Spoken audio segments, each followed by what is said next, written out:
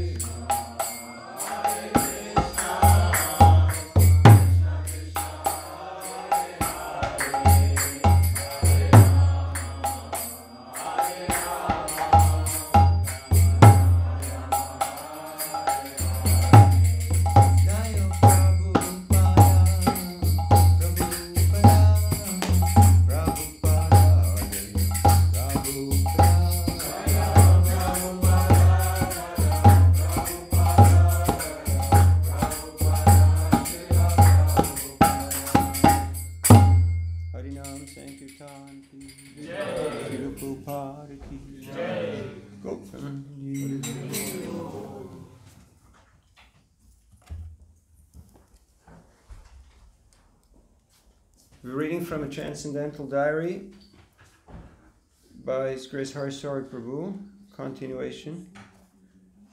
This is Nellore, Andhra Pradesh, January 5th, 1976.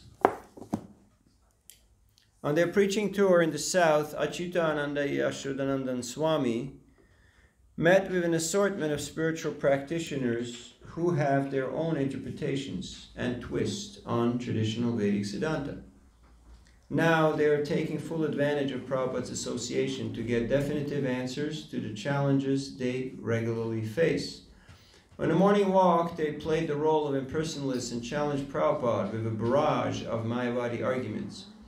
Yet no matter how hard they tried, they couldn't defeat the Vaishnav exegesis with which Prabhupada countered all their arguments.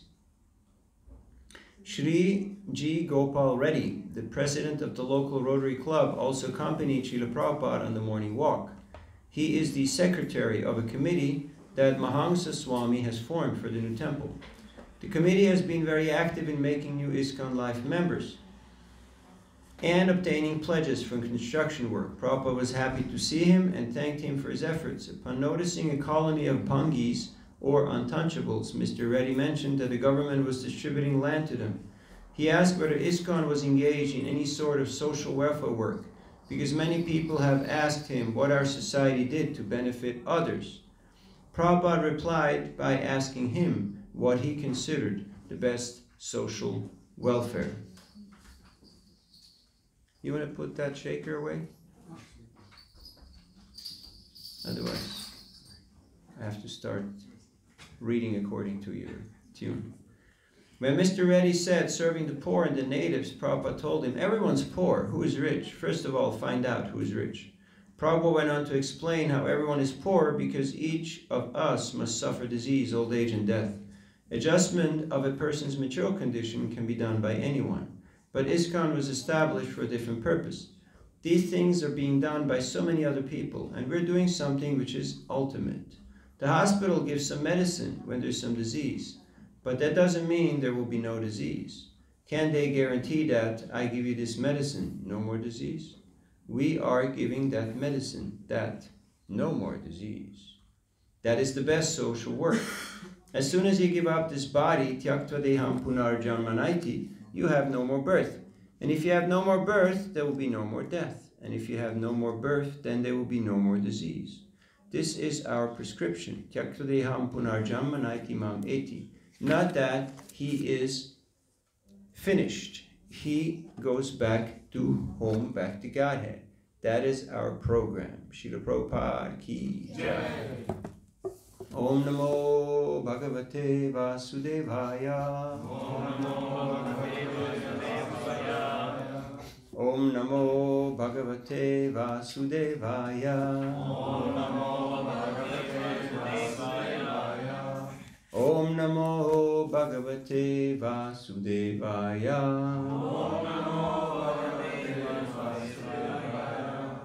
Reading from Srimad Bhagavatam, 6th canto, 1st chapter. The history of the life of Ajamila, text number 30. Just now coming.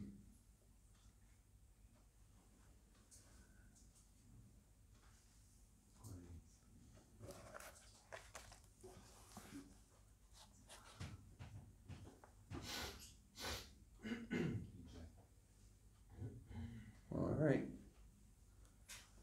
Naishamya mriyamanasya Nishamya mriyamanasya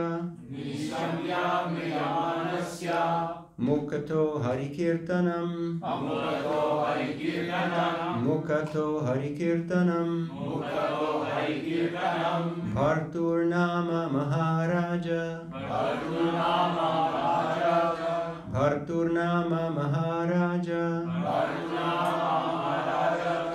Parshadha Sahasapatan Parshadha Sahasapatan Nai Nishamya Mriyamanasya Mukato Harikirtanam Bharturnama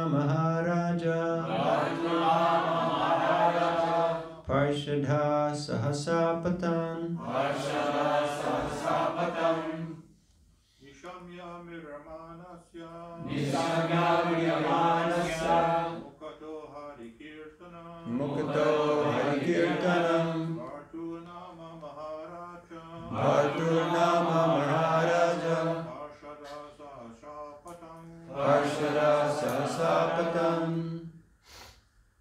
Ladies?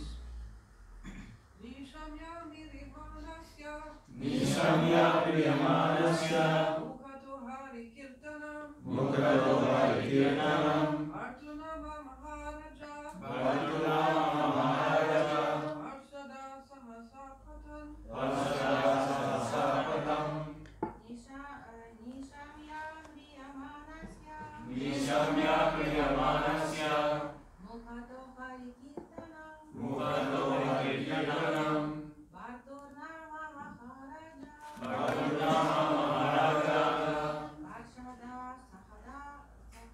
Sahasapatam Parshada Sahasapatam Nishamya, Nishamya hearing. Hearing Mriyamanasya, Vriyamanasya of the dying man. of the dying man Mukata, Mukata from the mouth. from the mouth Harikirtanam, Harikirtanam chanting of the holy name of the Supreme Personality of Godhead. chanting of the holy name of the Supreme Personality of God Bhartunama, Vartunama the holy name of their master. the holy name of the Master Maharaja, Maharaja O king. O King Parshada, Parshada the order carriers of Vishnu. the order carriers of Vishnu Sahasa, Sahasa immediately. immediately Apatan, Apatan arrived. arrived. Translation of purport by His Divine Grace A.C. Bhakti Swami Srila Prabhupada Ki Jai. Jai. My dear king, the order carriers of Vishnu, the Vishnu Dutas, immediately arrived when they heard the holy name of their master from the mouth of the dying Ajamila, who had certainly chanted without offense, because he had chanted in complete anxiety. Purport. Srila Vishwanath Chakravarti Thakur remarks, Harikirtanam Nishamya Patan Katang Bhutasya Bhartu Nama Bruvataha. The order carriers of Lord Vishnu came because Ajamila had chanted the holy name of Narayan. They did not consider why he was chanting. While chanting the name of Narayan, Ajamila was actually thinking of his son. But simply because they heard Ajamila chanting the Lord's name, the order carriers of Lord Vishnu, the Vishnu Dutas, immediately came for Ajamila's protection. Harikirtan is actually meant to glorify the holy name, form, pastimes, and qualities of the Lord. Ajamila, however, did not glorify the form, qualities, or paraphernalia of the Lord. He simply chanted the holy name. Nevertheless, the chanting was sufficient to cleanse him of all sinful activities. As soon as the Vishnu Dutas heard their master's name being chanted, they immediately came. In this regard, Srila Vijayadvaja Tirtha remarks, Anena putra snehang antarena prachina drishtapalad adbhutaya bhaktya Bhagavan nama Sankirtanam kritam iti gyate. Ajamila chanted the name of Narayan because of his excessive attachment to his son. Nevertheless, because of his past good fortune in having rendered devotional service to Narayan, he apparently chanted the holy name in full devotional service and without offenses. Nishamya Mriyamanasya Mukato Harikirtanam Bharturnama Maharaja Parshada Sahasapatan. My dear king, the order carriers of Vishnu, the Vishnu Dutas, immediately arrived when they heard the holy name of their master from the mouth of the dying Ajamila, who had certainly chanted without offense, because he had chanted in complete anxiety. Om Ajnanatimirandasya Gyananjana Shalakaya Chakshurun Militam Jena Tasmai Sri Gurave Namaha Sri Chaitanya Manobhishtam Stapitam Yena Bhutale Svayam Rupa Mayam Dadhati Svapadantikam Jayasi Krishna Chaitanya Prabhu Nityananda Shri Advaita Gadadhara Shiva Sari Gaura Bhakta Vrinda Hare Krishna, Krishna Krishna, Hare Hare, Hare Rama, Rama Rama, Hare Hare, Mukam karoti vachalam pangum langayate girim yat kripadamaham vande Sri Gurudinataranam Paramanandamaravam Sri Chaitanyeshwaram Vanchakalpatarubhyascha Kripasindubhyevacha Patitanam Pavanebhyo Vaishnavebhyo Namo Namaha. Hare Krishna. So here we are in the story of Ajamila. Ajamila, in his youth, he was a Brahmin who had been well trained, and he was performing all the Vedic rituals under the guidance of his father. As such, he was a very qualified person. What does a Brahmin do?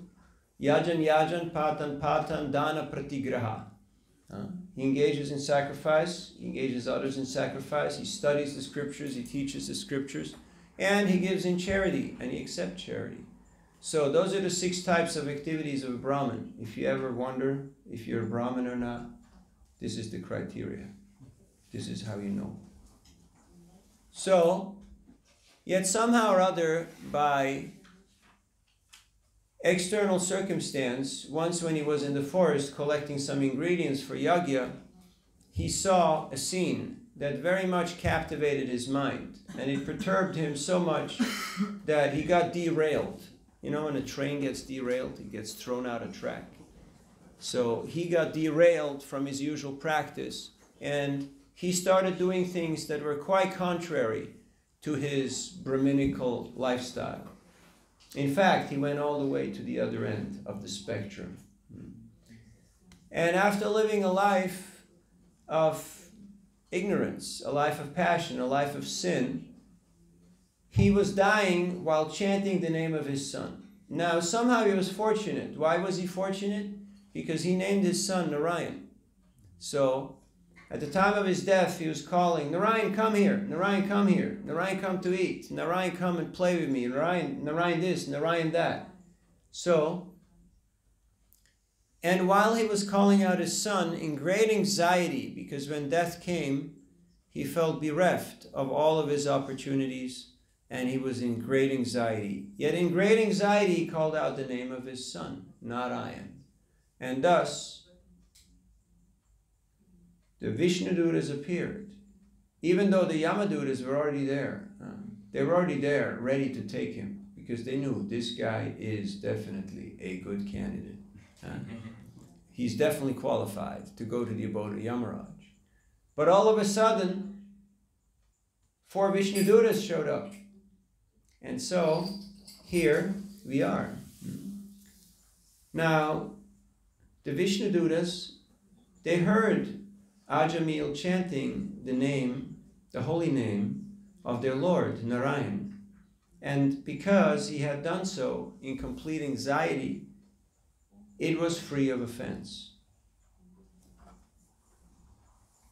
The 7th offense against the chanting of the holy name of the Lord is? Anybody remembers? Yes?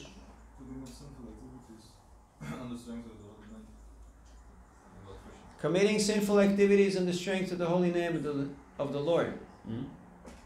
Now, why was Ajamila offenseless? Why was he not committing the 7th offense? Any idea? He was doing everything wrong. I'm not even going to go into detail because he had a very colorful life. Why was he not committing the 7th offense? Because he was not doing the offenses or sinful activities on the strength of holy name. He was just doing as a bad person, but the name when he took Narayana, it was full of absorption because he was calling his son. So he was not doing the offense because he was not using holy name for offenses.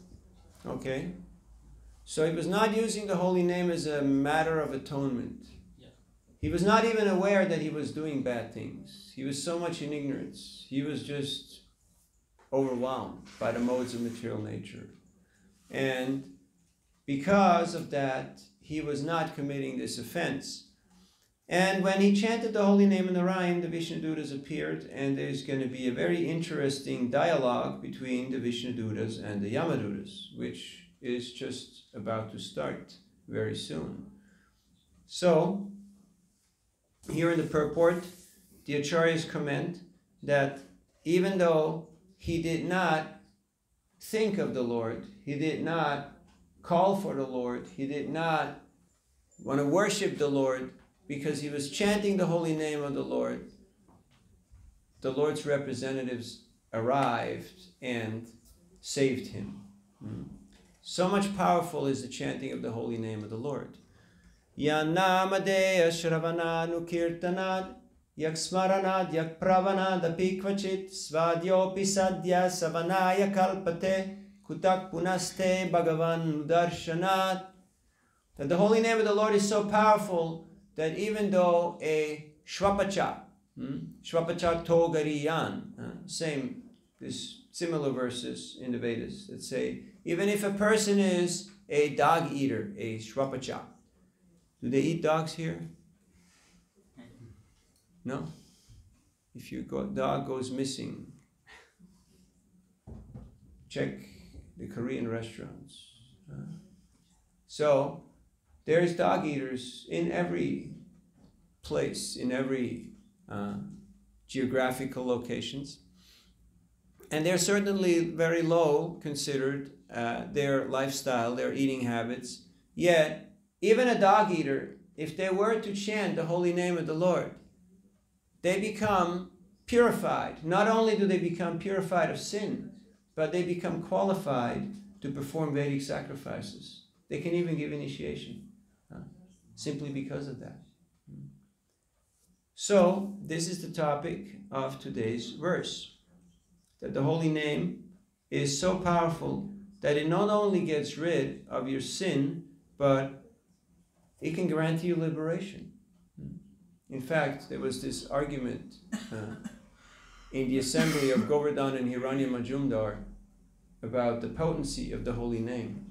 In Chaitanya Charitamrita, some of you might remember that they were discussing, some were saying the holy name gives liberation, the others were saying it gets rid of sin.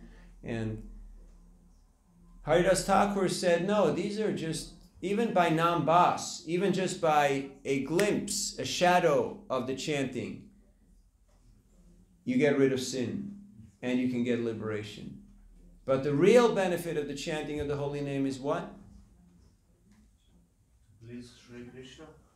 Yeah, what happens when you please Sri Krishna? What do you get then? Krishna Prema Bhakti, yes. You get the fruit of love of Godhead. You get complete bliss and ecstasy in Krishna consciousness, which is the real gift of chanting the holy name. Now there was a young man there, a very handsome young man, who was a tax collector. And he was arguing with Haridas Thakur, and he said, how can this be possible? That simply by chanting the holy name, you will get pure love of Godhead, the highest gift. People work so hard to get free from sin. They work so hard to get liberation. And you're saying simply by a shadow of the chanting, all these things are attained. And Haridas Thakur proved it by quoting Shastra. Yet the young man was very argumentative. And why was he very argumentative? Because he was very proud. Because he was beautiful, he had a powerful job, he made a lot of money, and he thought that my opinion counts more than anyone else's. And who is this sadhu here? He doesn't, what does he know? So he said, if what you're saying is not true, I will cut off your nose. Which is kind of a very nasty thing to say. And Haridas Thakur, he took the challenge and he said, I'll cut off my own nose if it's not true. You know, like, no big deal. And everybody got very upset. Everybody got very angry. They said, this is a real blasphemer. This is a real idiot. And immediately he was kicked out from his job and he was dismissed from that service. So, you can get free from sin. There is atonement for every type of sin. And you can also get liberation simply by nambas. Yet, If you want Krishna prema, if you want pure love of Godhead, that takes mercy. It takes the mercy of the holy name and the mercy of the Vaishnavas. And that means you have to be conscious. You have to be conscious before you can be Krishna conscious. So don't fall asleep during Bhagavatam class, even if you're feeling very meditative, because this is important. This is an important topic. So much for today's verse. We're switching over to our Bhagavatam, from Bhagavatam to our Sankirtan seminar. Today is the practical part. Yesterday we discussed what we're doing and why we're doing it. Did you do your homework and wrote down your 108 reasons why you want to do this? Anybody done their homework? Show of hands. About 5 people. Okay. Now this is adult education. We're not going to check your homework. You're supposed to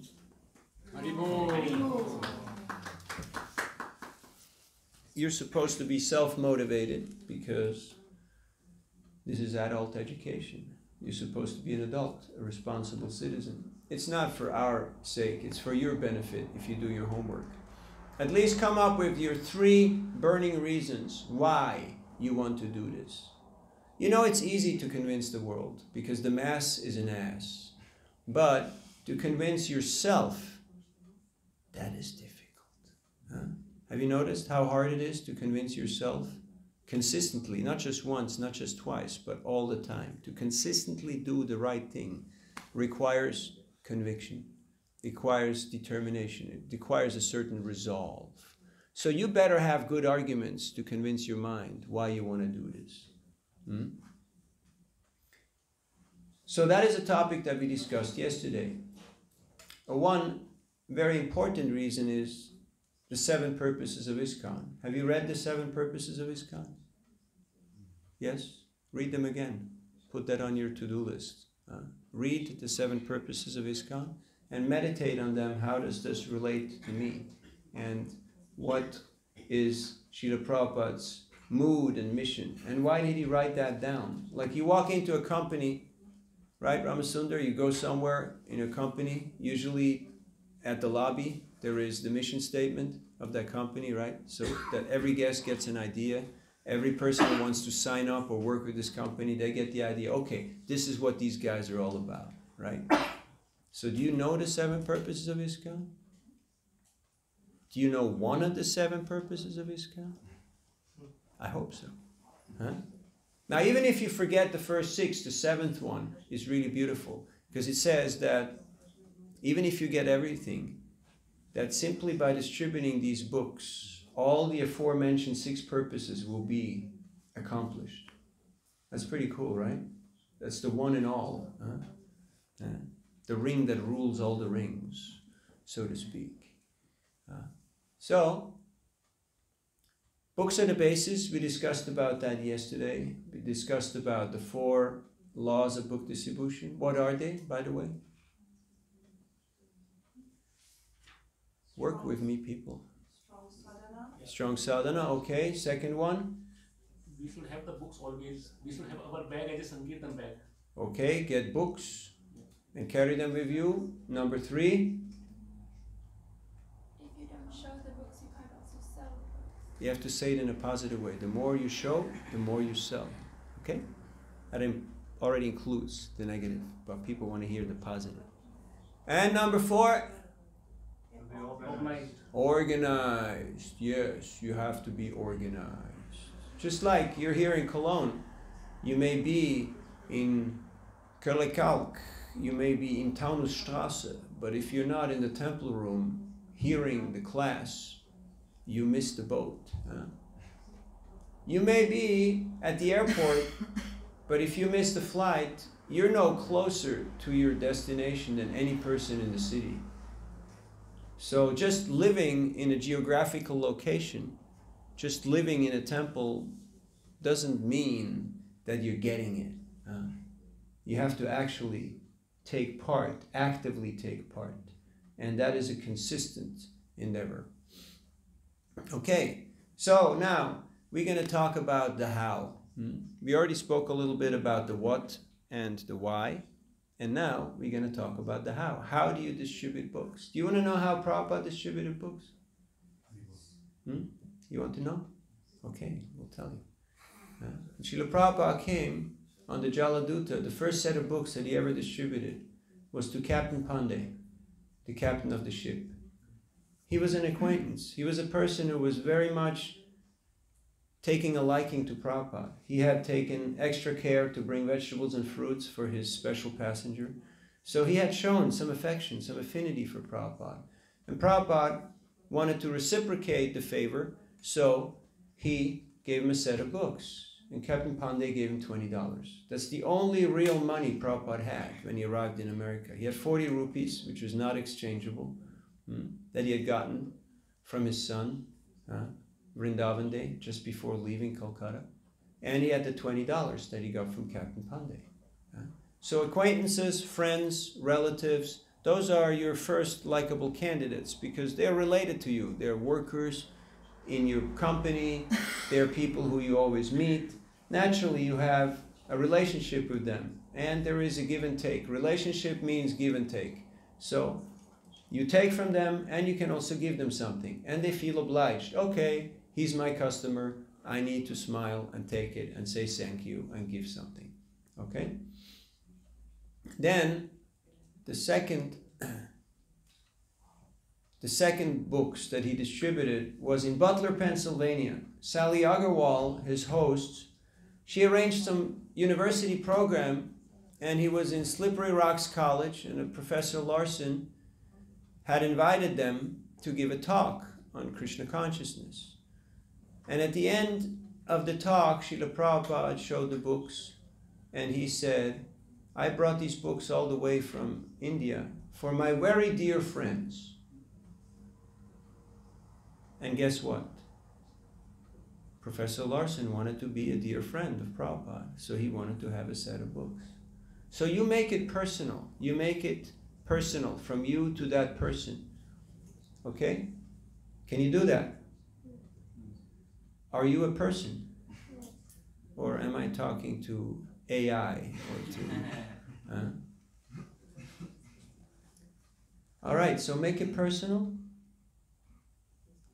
Then when you meet people, the first thing is that you have to make eye contact. You have to actually make eye contact. In this way, the person notices, hey, someone's here. Look to the person next to you. Look them in the eye. Come on, work with me. Look someone in the eye.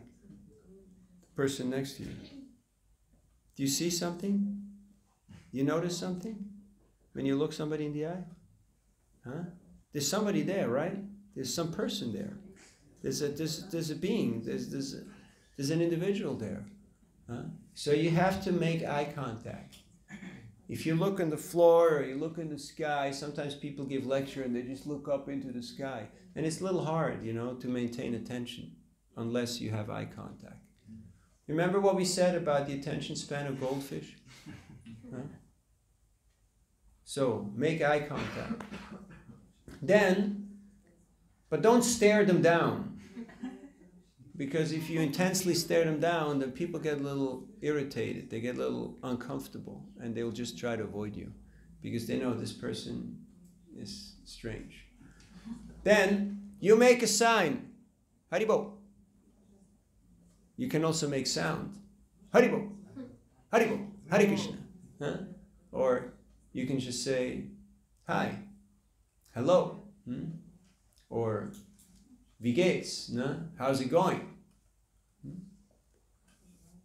And this will attract the person's attention. The Chinese have a saying, if you don't have a smiling face, don't have a shop or a restaurant. Because sometimes people are hungry and they look into the restaurant and then they look at the staff there and they think, nope, I just changed my mind. I'm not hungry. And they keep walking. Sometimes you have money, you want to buy something. You're in the store and you look at the salesperson and you say I'm not going to give you my money. Have you ever had that experience? Yeah. Why? Because I can buy this thing in so many other places. I don't need to buy it from this person. This is not good customer service. Sometimes people will tell you, yes, I want the book. but I won't buy from you because I don't like the way how you interact. So, and that depends a lot on our attitude. You know what attitude is? Chaitanya Charitamrita, Srila Prabhupada says that the progress in Krishna consciousness depends on the attitude of the practitioner. So what should be our attitude? It should be an attitude of service. It should be an attitude of kindness. You can't be proud when you're asking people for donations. You have to have a sense of humility and gratitude. So the first thing is, as we spoke yesterday, of course, prayer. You chant and you invoke Krishna's mercy. Because you know you can't do this on your own. You really need Krishna's help. And you have strong sadhana. Then whatever you say will catch people's attentions. Then you make eye contact, you say something, you may make a gesture, and then you walk fairly close to them. Now the people they're still kind of, sometimes they're still moving. You got to get them to stop. How do you get people to stop? There's different things you can do. You can do the tackle. Have you seen football? The tackle, You grab their legs and they're going to stop. In fact, they're going to fall over, Like you sack the quarterback, You grab his legs and boom, he falls down, right?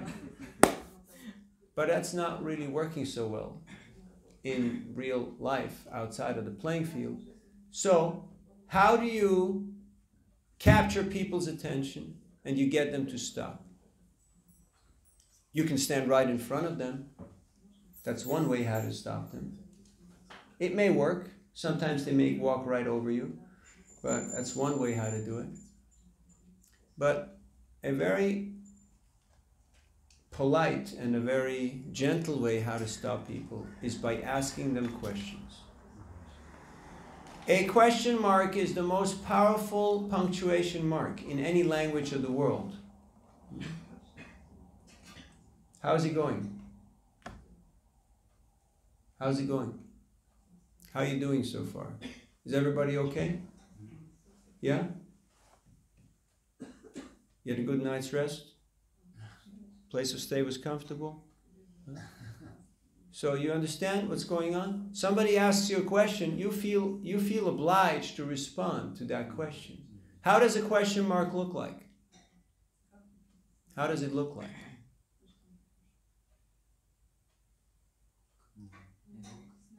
I know it's early in the morning. A hook, yes. What do you do with a hook?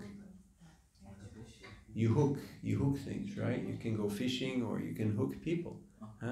So become a master asker. By asking people questions, you can capture their attention. Especially if you start talking about things that are dear to them. Now, what is dear to a person? Their own selves. Talk about them. Talk about them. Make it all about them. And people will stop and will want to talk to you. I guarantee you. Now, depending on the geographical location, you may say different things. In certain countries, you can say nice shoes, nice shirt, nice hat, nice this, nice that. And they will say, oh, this is a nice person. He's appreciating me. In other countries, they will say, what's your problem, dude? Why you talk about my shoe or my shirt or my hat? Like something wrong with you? So you have to know your audience. What is socially acceptable? Yet you can ask everybody, Deutsch or English? Russian. Okay. Na russkam. Okay. So you can ask them about language preferences. And believe it or not, people will respond. Everybody will stop. Everybody. I was up in Scandinavia, I just asked people, do you speak English? And everybody wanted to be the person who spoke English. And they all wanted to talk to me. And they all were really nice and wanted to be helpful. So become a master asker. Just like if you were to go fishing, then, have you ever gone fishing? No?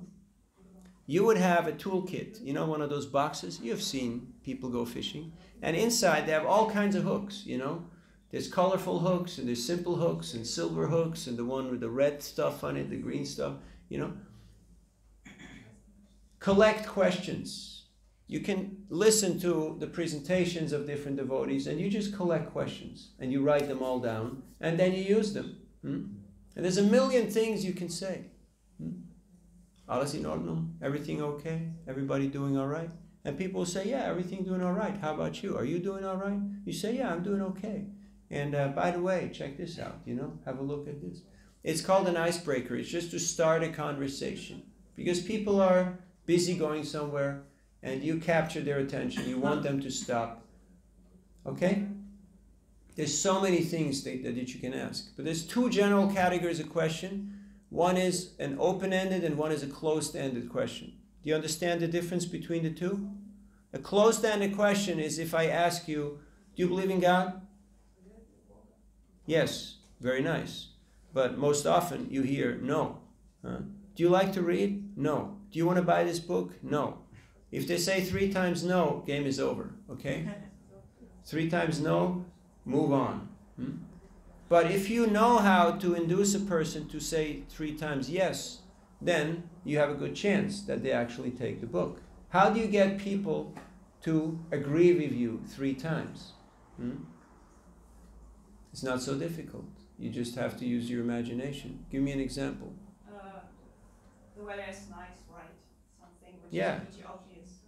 Yeah, it's kind of obvious, but if the sun is out there, you know, the most part of the people will say, yeah, I guess it's nice. Yeah.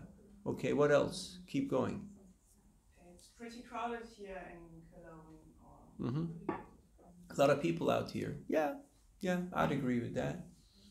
Okay. And we're showing these books today to all the nice people, and I think you qualify. Would you agree with that? That you're a nice person?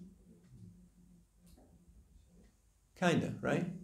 Even if they say no, they will smile, and they will get it, and they will take the book, you know. Okay.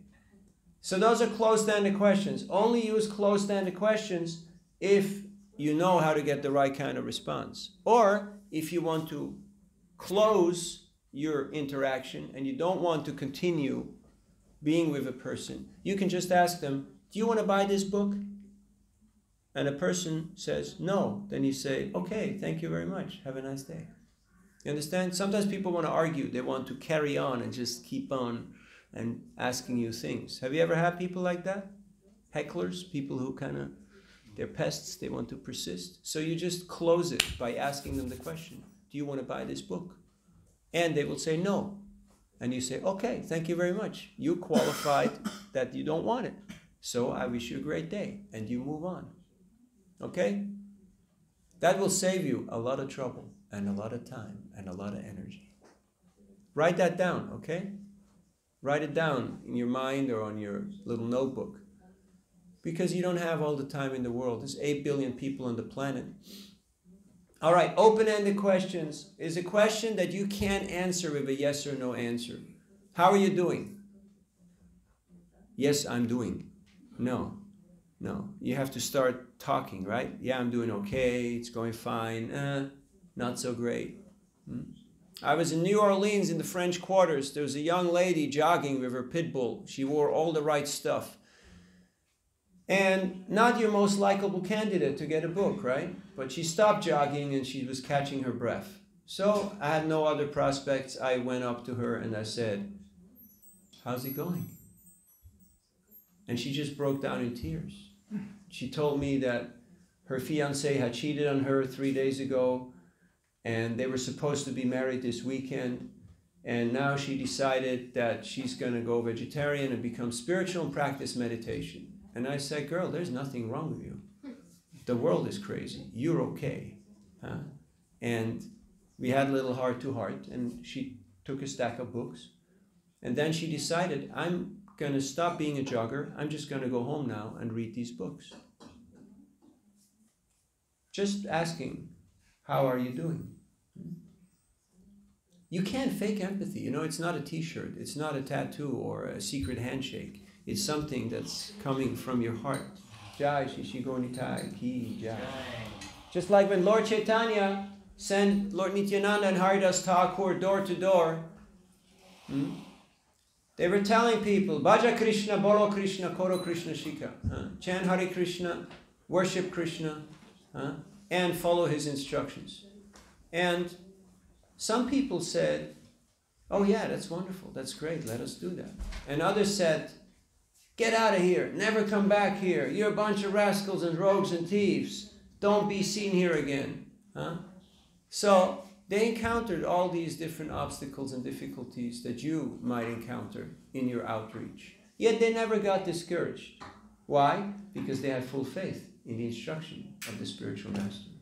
Now, why was Ajamil successful in his life? Because he followed authority. He followed Vedic authority. He followed his father's instruction, his guru's instruction. He did many things right. Then something went terribly wrong. But he had started out in a very good way. And it came back to him at the end of his life, and he achieved perfection because of the mercy, the potency of the holy name of the Lord. Now nowadays, our problem is we don't want to follow authority. We don't like authority. We don't like anybody telling us what to do. And that's why we are where we are, stuck in our little limbo.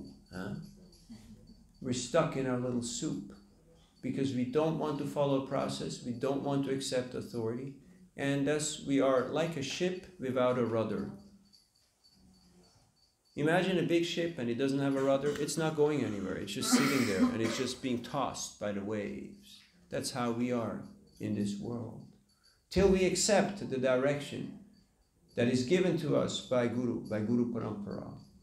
But if we're dog obstinate, if we're against authority, we will not be able to wholeheartedly accept that direction because we're proud. We think, I know better. I already figured it out, I'm 21. I know a few things. I'm educated in the University of YouTube. Have you heard of the University of YouTube? I got diplomas in many different types of things. And thus, it will take a very long time and a lot of suffering in the school of hard knocks. So, if you want to save yourself some time, find yourself a mentor or a few mentors, people who are already knowledgeable in the field. And you can learn by watching, you can learn by listening, you can learn by questioning. And in this way, you will progress rapidly. Yet we must be inquisitive. Tadvigyanam sagurum eva bigachet samitpani shrotriam brahmanishtam. We have to be jigyasu shreya uttamam. We have to be inquisitive. If we think, yeah, nice talk, but I already know what I have to do, then you won't really learn that fast. Expert means 10,000 hours, 7 years, full-time practice. So you can speed that up a little bit by putting in full endeavor, full focus, and by the mercy of other devotees. We'll speak about that in a minute. So, every interaction has 3 parts. There is the beginning, the middle, and the end. Sounds pretty spectacular, right? Now, the beginning is important because oftentimes a relationship is over before it even started because we did not consciously connect with the person and pay them attention so that they can actually connect with us. And thus, if you were to go out on the street and just holding out books, how many people would actually want to take that book? This is common mistake number 1 that I've seen thousands of devotees make. They just go out on the street and they just hold out books. Have you seen? Have you seen? Have you done? You have done. Yes, we all have done. Because that's what you do when you start out. You make every stupid mistake that you can make. But guess what? Somebody else already made all the stupid mistakes. So you could just listen to them and learn. Because you don't live long enough to make all mistakes that you can make. Your life is not long enough to make all those mistakes. That's why you're listening to this guy. Because I'm part of a generation who learned the hard way, and we already made not only the mistakes that are mentioned, we also made those that are not in the book. We also made those mistakes. So you can learn. Huh? That's why there's always yama niyama, what to do and what not to do. So don't just hold out books. It doesn't work so well, as you may have noticed. First, eye contact, then you say something, you make a gesture, you get closer to them, and then when the person stops, because you asked them some interesting question and they got intrigued, like I ask everybody, are you more intellectual or more spiritual? And that kind of puzzles them, you know, like, what do you mean? Then I say, mind or heart, who wins? Herzmeridian or the Hirnmeridian? Wer ist stärker? Ne? And they're intrigued by that. And it's not a catch-22, it's not a trick question. It's something really relevant. Or I ask them, right now, are you here or are you everywhere? Where are you? Where's your consciousness? So people like to interact, something that stimulates, because that's how the mind works. The mind wants to be excited. The mind wants something new. So, and then you have to put the book in their hand. Okay? Can you do that? Say, we're showing these today to all the nice people. Voila. And you put the book in their hand. Write that down. Don't just keep talking and yeah, it's nice and the weather and this and that and blah, blah, blah. And then, okay, I gotta go now, you know. Mom is calling me, I have to make her a sandwich. No. You have to put the book in their hand. And then obviously they want to know, well, what is that? And you have a simple mantra, a simple explanation of what this is. Say, books on yoga and meditation teaches you how to get free from stress. Books on yoga and meditation teaches you how to get free from stress. Can you say that? Yes. Books on yoga and meditation teaches you how to get free from stress. Have you heard of stress before? Have you? No. You look very peaceful. What's your secret?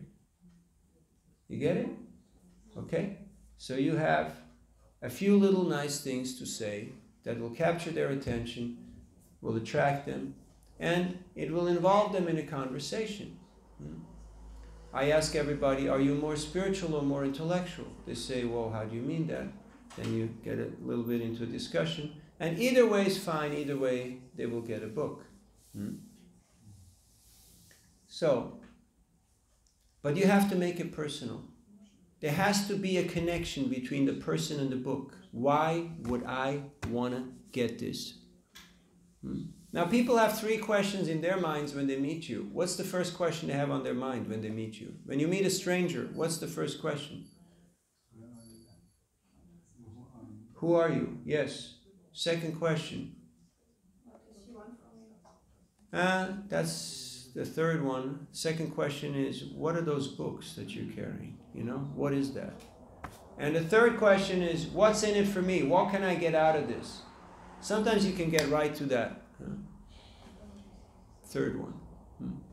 What's in it for me? What I'm going to get out of this? Okay. I would like to hear from you in 1 word or less.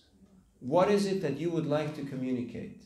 Remember, you only have 1 moment because people have the attention span of goldfish. What is it that you would like to communicate to people in 1 word or less? Give me 1 word. Don't think hard. This is something that's going to come from you. They're already gone. They already moved on. What's your message?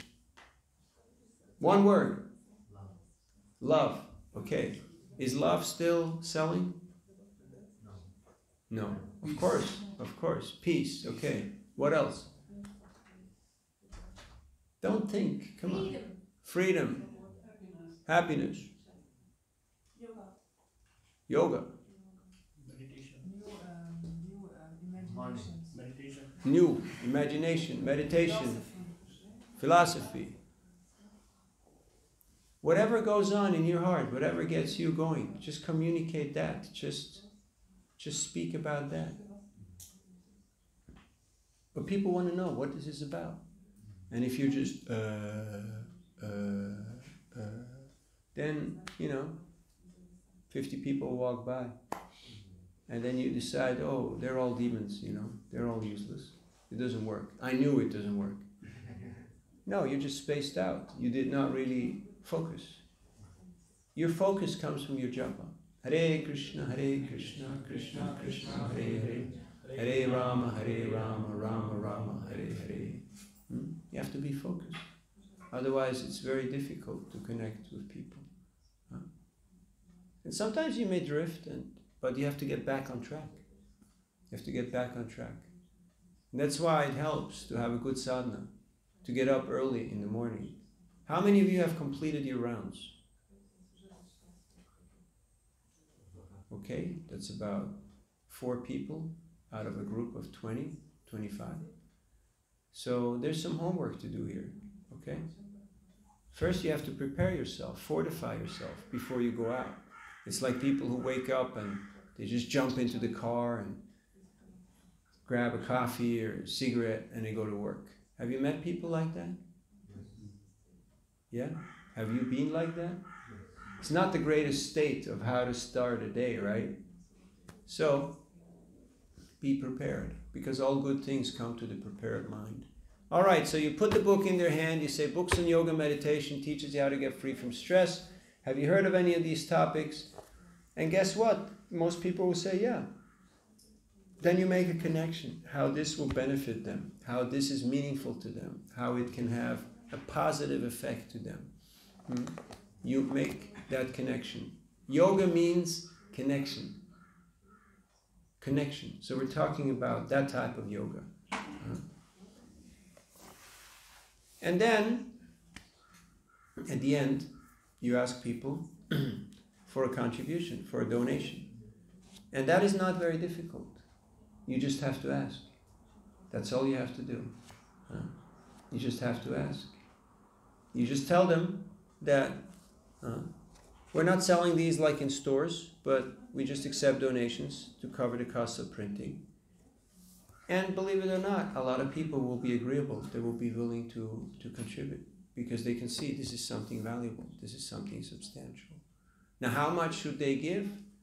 You can give them some suggestions, but don't be too rigid. Don't be too tight. Just allow them to be generous. And sometimes you may be generous yourself and give them out for a little less. Any questions? We got 15 minutes. Then there's breakfast and later we go out. Yes? So I have noticed that soon after visiting the school, the university, I am very attached to the results, what I'm doing. Mainly because of so many exams that I should pass and so on. And unfortunately, I'm doing the same when I go into Sankirtan, when I meet the people. And it doesn't work very well. No. Obviously not. Yeah. It's not working. Yeah. That's why when I will ask you how not to do this, and I think this is very personal, but maybe you have some tips how try to distribute. Absolutely. You read Bhagavad Gita every day. Krishna says in Bhagavad Gita, you have a right to perform your duty, but you don't have a right to enjoy the result. It's called Nishkam Karma Yoga. You heard of that one before?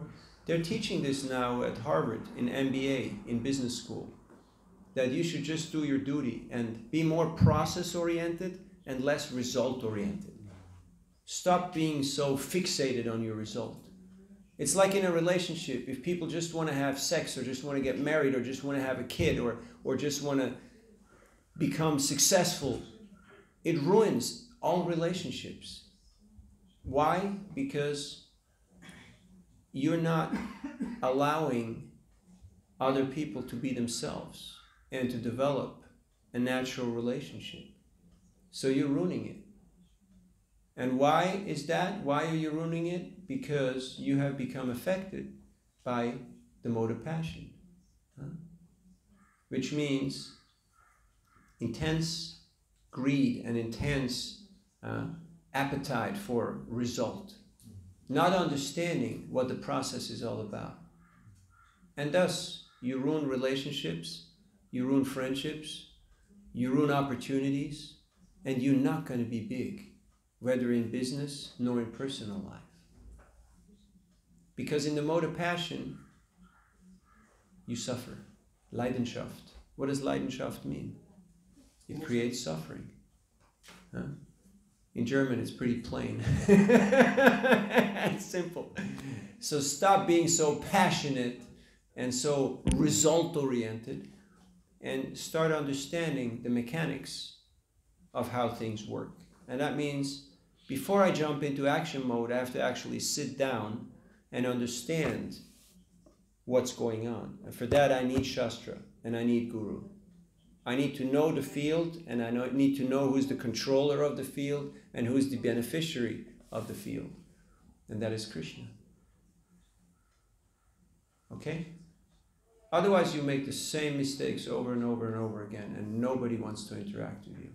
Because they know immediately that you want to screw them over. You just want to exploit them. And that's just not so much fun. You may have a few occasional success because somebody is just too slow to realize what's going on, or somebody feels exceedingly compassionate with you and just thinks, oh, he's a nice boy, you know, and he's got a cute accent and a nice hairstyle, so okay, here, take 2 euros, you know. But that's not really what we call making impact. So you got to do your homework, okay? Even though we may think, I'm a big boy, I'm a big girl, I've done a few things in life, but this is different. This is different. Other questions?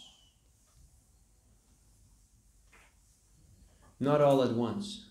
I know this is the master class because you're the masters and it's hard to teach anything to masters. But as you may have noticed, you're not yet breaking the world records. So I think there's still a bit of room for improvement. You can all still grow a little bit. Yes, sir. Thank you, Prabhuji. For people who are in foreign lands, like, for example, we are all in foreign lands. Yeah, we're from a different place. That's true, but from language point of view, yeah, being in Germany, the biggest challenge is when we go out, most of the people don't really speak English. So how do we? What are the tips for the people? You can see it. Thank you. You can see it either as a tragedy or as an opportunity. What do you prefer, tragedy or opportunity? Opportunity. Okay, so make it an opportunity by asking people, do you speak English or German? Or how many languages do you speak? And you'd be surprised. People will say, I speak 3, I speak 5, I speak none. I mean, it's just a way how to start a conversation. But if you're so fixated that, you know, oh, I'm different and, you know, I got a beard or this or that, or I'm a deshi, or I'm, you know, he might not believe what I believe and stuff like that.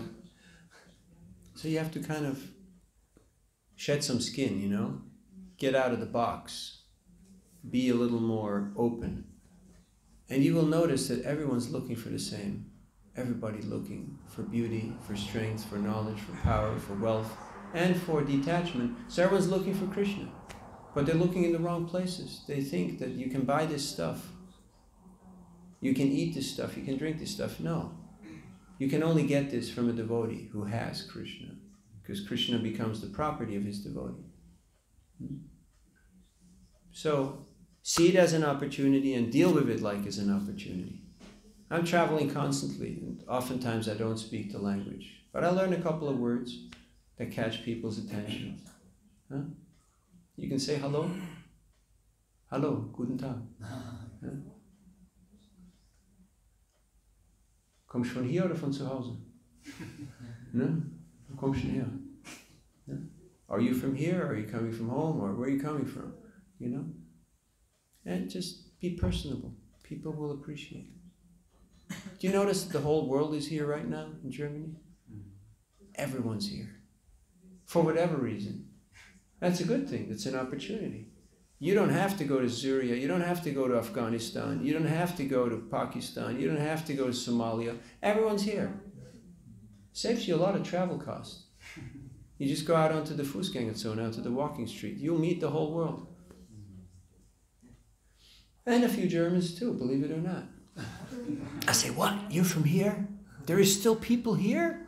I can't believe it. Huh? And you just appreciate everybody out of the sincerity of their heart. I was in San Antonio, Texas, on a parking lot. There's a lady with a headscarf in a big Mercedes. I showed her the book, and she says, I'm from Pakistan. And I said, wonderful. Karachi, Lahore, Islamabad, which place? And she said, she was bewildered. You know Pakistan? I said, of course, everybody knows Pakistan. Now, if you're a Deshi, you would say, oh, Pakistan. You know, the red lights go on, you know. The enemy, right? No, I said, So he's a spirit soul, he's a jiva. He's my brother, he's my sister, his family. All her children are doctors. She gave me $50 on credit card. I said, you know what this is? She said, yeah, Hindu Dharma, I know. I'm a Muslim. But I respect you. I like what you're doing. So, because people are people. They want to be treated like people. They want to be treated right. And if you learn the art of treating people right, they will pay you back with the same currency. But if we're fearful, if we're judgmental, if we're arrogant, or if we're in avoidance mode, that I don't really want to deal with you, you know? I don't really want to deal with you. But I still want to get your money and sell you something. It's not going to work so well. Huh? You get it? Other questions? Yes? The first time I really, went to the streets and tried to distribute books, I saw people who were so interested, and I was so happy. Oh, you're so interested, you want the books. And the moment I asked for donation, then suddenly their interest, I don't know what happened. And it was just, even if it's just, the minimum printing cost or anything, it's just that suddenly they're not so interested anymore, and then they're like, oh no, it's okay, we don't want anymore. And I feel so sad because I know that they are actually interested. That has different reasons, and how to overcome it, yes, yeah. I know. What to do there in that moment. Mm-hmm. Yeah. So first of all, a lot of people want to talk to you because you're a young girl and, you look all right and you seem to be energetic and friendly. And so, people think, yeah, it's a nice person, let me have a chat. But then all of a sudden they realize, oh, she wants me to do something. I need to pay some money here. And whoa, now, they get a little more reserved, right? Yeah. So then you have to have impressed upon them the value of this book. You can't just continue on your youthful enthusiasm. You have to actually make that connection between the book and them, that they feel like this is relevant, this is important, I want this. And that happens especially when we read the books, when we appreciate the books, and then you can communicate that sense of urgency, and it wears off on people because they notice that there's something of substance here. And also, you learn from others. Have you gone with other distributors and watched how they're doing? Yes, I've always seen people who do it, and somehow it works with them. Yeah, but if it works with them, it can also work with you, because it's a normal... now, they didn't start out like that. They started out like you, doing everything wrong and getting frustrated and not being so successful. But they kept going. Big shot is a little shot who keeps on shooting. So you just have to keep on doing. You learn how to ride a bicycle. Well, yeah, you fall over. Yeah, that's what's part of the process. Now, you just get back on the bicycle and you continue paddling. So you have to actually invest some time into this. Otherwise, if you just do it once and then you say, nah, it doesn't work so well. Maybe you just start out with small books, that you can practically give away for everything, for anything. And you can just ask people, do you have a few coins or do you have 1 or 2 euros? And believe it or not, more than 50% of the people will say, sure, no problem. Because if you ask them for money, they may think like, whoa, like she wants big money. Huh? And they may not be willing or capable of giving that. So make it easier on yourself. Start out with small books and just give them out, and you will see, you will get, it will work. And you'll have some moments of success. And then gradually you can build up confidence and you can build up experience, and after a while, you will also learn how to distribute the big books. The first day I went out, door to door, in Wohlen, Aargau, Switzerland. I went door to door. I distributed 5 books. One lady took 3 books, and 2 other people took 1 book. And I was really super stoked. I was totally ecstatic. I was like, wow, 5 books. Because for me, that was massive. It was like huge. And then my Sankirtan leader, Rohini Sudha Prabhu, he asked me and he said, that lady, she took 3 books, right? Did you show her the Bhagavatam set? I said, no. Why not? I didn't have a Bhagavatam set. So he said, tomorrow you go back and you show her the set. And I followed authority because that's what we do. Sir, yes, sir. And I went there and I said, hi, you remember me?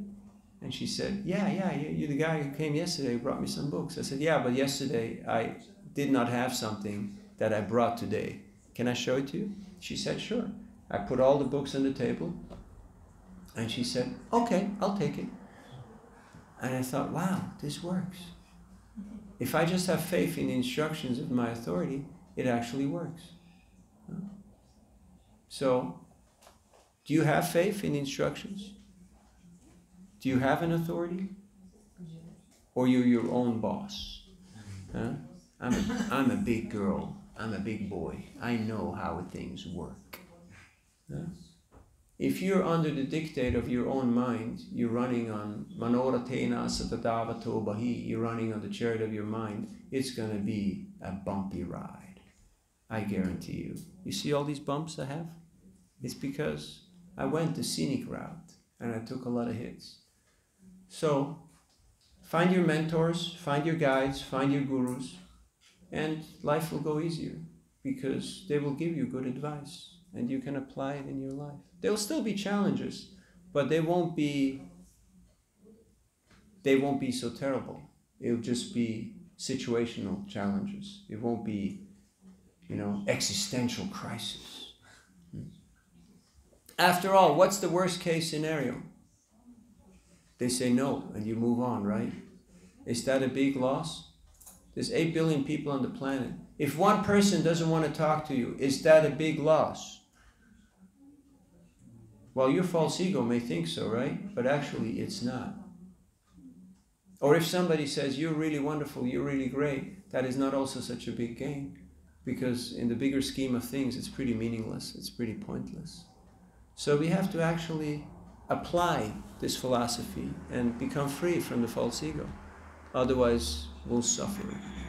So do yourself a favor and assist others and learn from them. And then through practice, Krishna will empower you, because Krishna is the ability in everybody and he can bring out that genius. Now, whether you're humble or funny or smart or bold or philosophical or just desperate.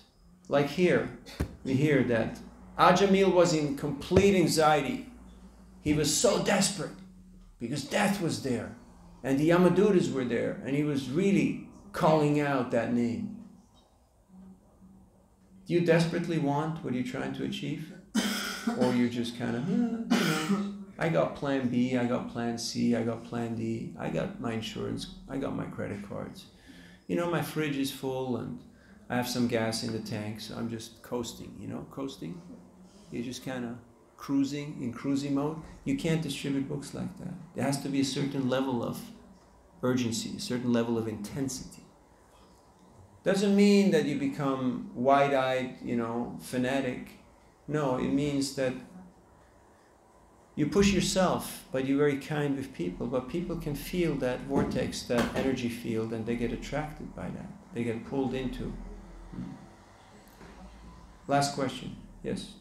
I got an organizational question. So might it help if we go to a foreign city at our hometown to overcome our fears? I didn't get that. Might help if you go to a foreign city, to another city where you do not know the people and the location. Then also if we are going to a mentor with a group, and also the appearance, if we should go in Vaishnava clothes or something which we are comfortable with. Yeah, all these things can make a difference. But then again, like, how many people know you in this city? It might be an advantage if they know you, because there's a relationship. So anything can be an advantage or a disadvantage. If you go like this, some people will avoid you. But some people want to talk to you and think, this is really cool. I really like this. And those people will come forward. And it makes it much easier to distribute books to them. So everything can be an advantage or a disadvantage depending on our mindset. You can use electricity to heat or to cool. It's the same electricity. Krishna Shakti Vinanahitar Pravartana, it's Krishna's potency. So if we learn how to work with Krishna's potency, you'll be more successful. But that's time, place, and circumstance. You have to figure out in your own lives, in your own situation, how to apply that. And that takes experience. Srila Prabhupada said this movement will spread by good intelligence and organization. He said good intelligence comes from good experience, and good experience comes from bad experience. So be willing to spend a little time with any type of practice that you take up. Just like Srila Prabhupada was once asked, hey, you guys going to film or you done? This is a good story. You want to get that story? Okay. Got to pick up the thing. I know it's early in the day.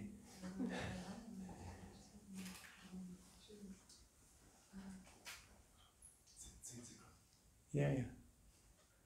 We got to boot up the big mama.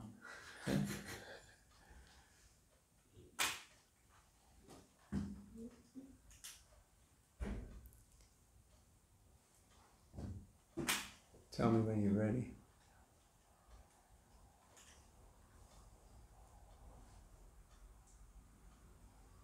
Last story, then I'll let you run for breakfast. Okay? We're rolling. One time Srila Prabhupada was asked, how long did it take you to perfect your japa?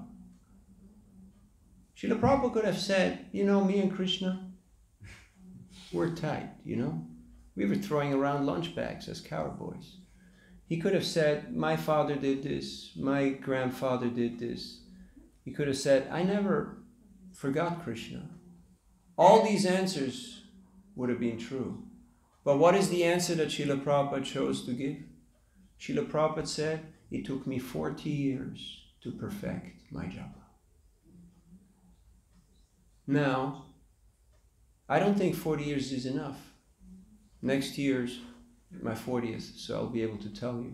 But I don't think 40 years is enough for me. Now, Prabhupada is the Acharya. He showed us by his own example what it means to be the perfect teacher and example. Because if he would have said, hey, I come from the spiritual world, I just came here to write a few books and go back, it would have been true. But it would not have been that relatable and that impactful. Because for me, I'm imperfect right now. So perfection is something beyond my reach. I can appreciate, I can admire it, but I can't really relate to it so well. But Prabhupada showing through his own life that it took him 40 years to perfect his japa. He honestly admitted, what I got from my father in my college days, I put it on hold. But when I met my spiritual master, I reconnected to my practice. And I took it up wholeheartedly with full knowledge. So Prabhupada was honest about his life and about his development. And that is Acharya, that is teaching by example. So in a similar way, if you meet people and you try to show your superiority because you have been practicing for the last 6 months or 2 years, it will not be that impactful. But if you tell people that I've tried a lot of things and a lot of things didn't work, but here I really feel that I got some traction. It has really impacted and changed my life in a dramatic way. So I have concluded that this would be a good opportunity, and why don't you also would like to try it out? I think that is a more reasonable, a more honest, and a more compelling presentation than trying to tell people, I know and you don't, and that's why you should take a book from me. Because the answer will be, guess what? No, I'm not going to take your book. I'm interested in the subject matter, but I don't like the attitude that you have. Hare Krishna. So there has to be anxiety, there has to be some level of desperation. Srila Prabhupada had that deep sense of urgency. In a similar way, Ajamil had that complete anxiety, and that attracted the attention and the intervention of Krishna. Hare Krishna. Thank you very much. Grantarat Srimad Bhagavatam ki jai. Srila Prabhupada ki jai. Hare Krishna.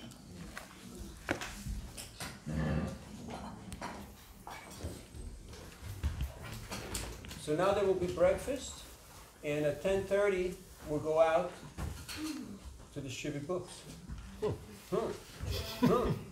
Action time. In der Stadt? Ja. In der